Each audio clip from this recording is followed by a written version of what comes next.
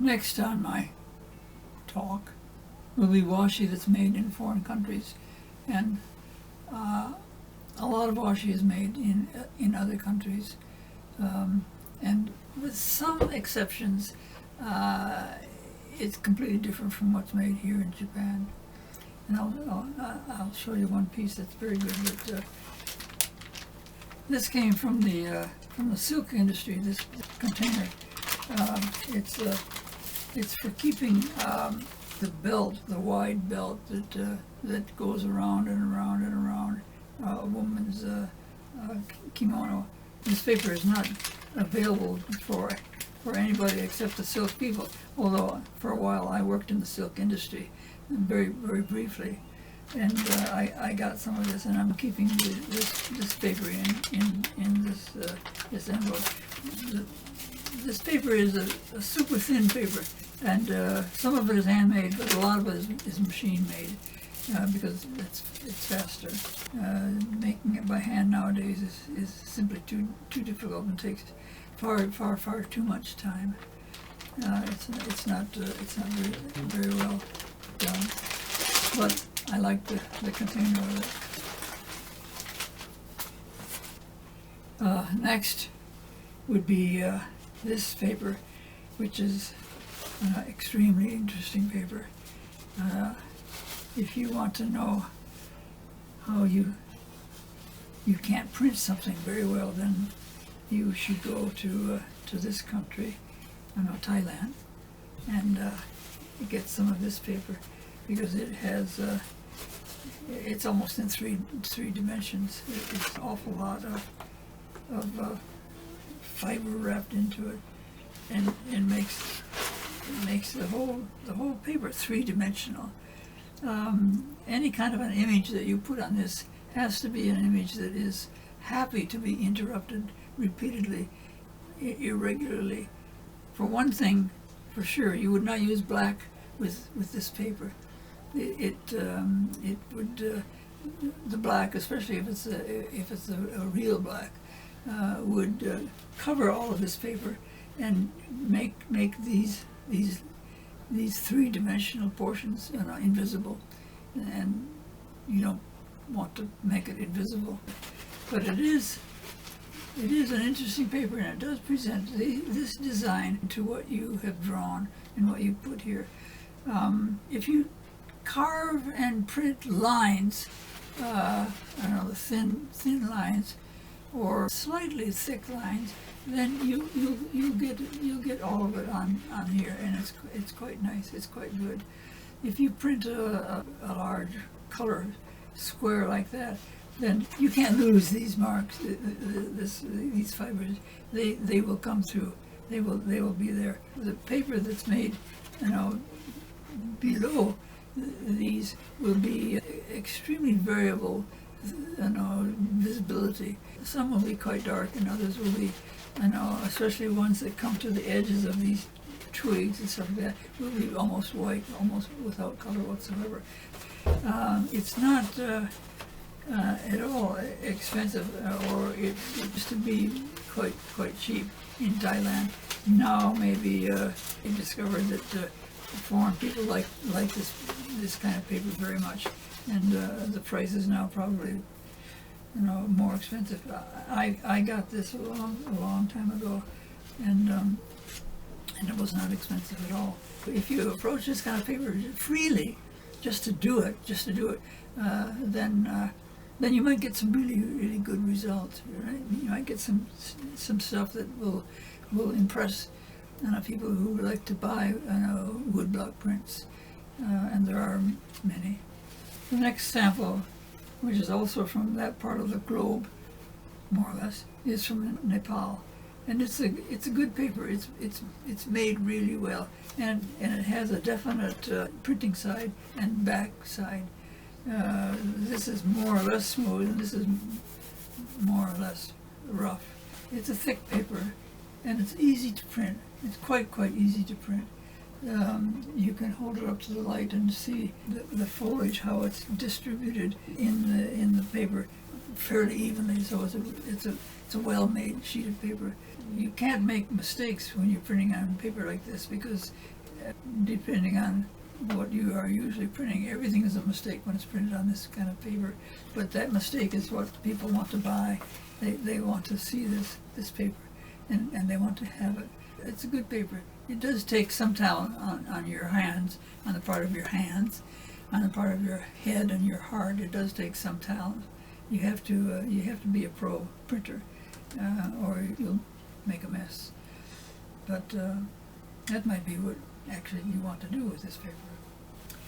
The next sample is from New Zealand, and it's probably made by someone who came here at some time and studied at one or two or many of the paper making, valleys areas, and then went back and is using fibers from New Zealand. And New Zealand has lots of forests and lots of trees and lots of nature, and so they don't need to import the fibers to make the paper. They have it. This particular paper here is quite thick, and the difference between the printing size and the back side is notable. Anyone who has some questions about it would not have a question about this. This is obviously the side that gets the image. It's a good paper, and it's a thick paper, which means that it's a little bit difficult to print, but if you use the correct pattern, and you would, then you will get a very, very, very nice print from this paper. This size paper is probably the most common size, but about that I don't know. I don't know if they can make a larger paper than in Japan, but this would make a good image. This would make a good print. There's no doubt about that. This next washi is from Mexico, and it's a pretty dark fiber. I don't think I've seen anything this dark in Japan, although I haven't seen everything in Japan. I'm not sure what kind of an image would go well on this colored paper. If it's black only or gray, then it'll work. But I don't think there's a color that would like to be shown on a paper this dark. But that's just my opinion. Although it's a thick paper, and it's handmade and it's well made. This particular color is especially thick, and this one also. This is a little bit thinner, but a lot of a kind of a sauce inside of it, or some kind of a mixture of natural fibers, which are okay if you want to print. If you have an image that wants to have this behind it, underneath it, and through it, then this is the paper that you should use. And it's from Mexico, which was a surprise because I had never heard of that before. And I've never been to Mexico, but that's okay. Here is a paper that was made in France, and it was given to me by parents of a very close friend, and it's a good washi. It's well made. I haven't printed on this yet. There's only 3 sheets, so okay. But I can make a small print and make 10 or something like that. But it looks like a good paper. It looks like it's well made. It has not been sized. I may someday want to try this, but it won't be tomorrow. This is not a kind of a paper that I like, to speak honestly. And I wouldn't use it until after I close and seal the whole surface on both sides and make it a stiff sheet of paper, more or less stiff. Anyway, but it's a good paper. It's made well. It's made fairly well, and I don't know what part of France it's made in. And I don't think that France is very famous for its It's handmade paper, but it's okay. This is the last paper that I'm going to show you, and it's an ideal paper. It's very, very good.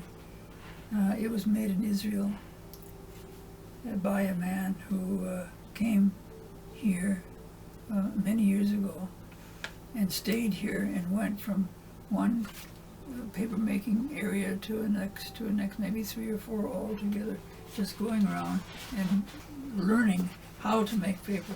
He came to Japan. I don't know if he came to Japan specifically to study how to make paper, but that's what he ended up, devoting a large portion of his life to. The paper is extremely well made.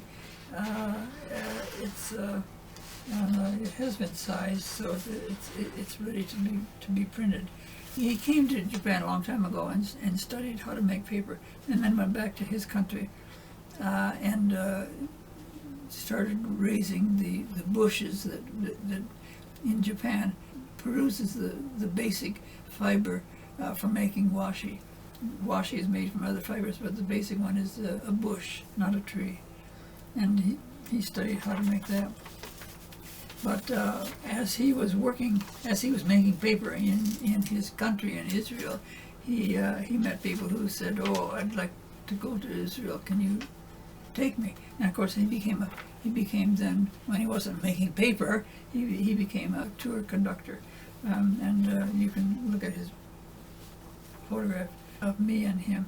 He's a nice guy, really, really, really nice guy, and he's very, very, very serious about making paper. And I've heard that before Corona, he bought some more land up in the northwest part of Israel and planted more of the bushes, so that now he's even making more and more and more of this fiber. And it's a good fiber. This is the size that he gave me, but he must be making a larger size and probably smaller size. And it's a good paper.